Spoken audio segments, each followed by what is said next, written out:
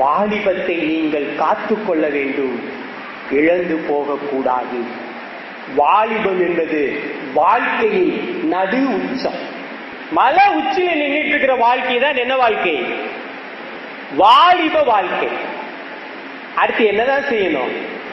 ஒண்ணு, மலை வாசஸ்தலங்களிலேயே வாழ வேண்டும்.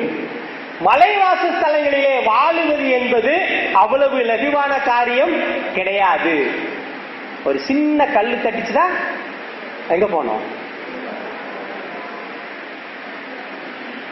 சாதாரணமா வர முடியாது. செராச்சி உடஞ்சி உயிர் போய் அரையும் குறையுமா வாழ வேண்டிய ஒரு சூழ்நிலையில தான் விழ வேண்டியது இருக்கும். அப்ப இந்த வாலிப வாழ்க்கை என்பது உச்சம், நம்முடைய வாழ்க்கையுடைய நடு உச்சம். இங்கிருந்து நீங்கள் ஆச்சரியமானதாக வாழ வேண்டுமா, இல்லாவிட்டால் அழிவை நோக்கி செல்ல வேண்டுமா? முடிவெடுக்க வேண்டியதுதான் இந்த பருவம்.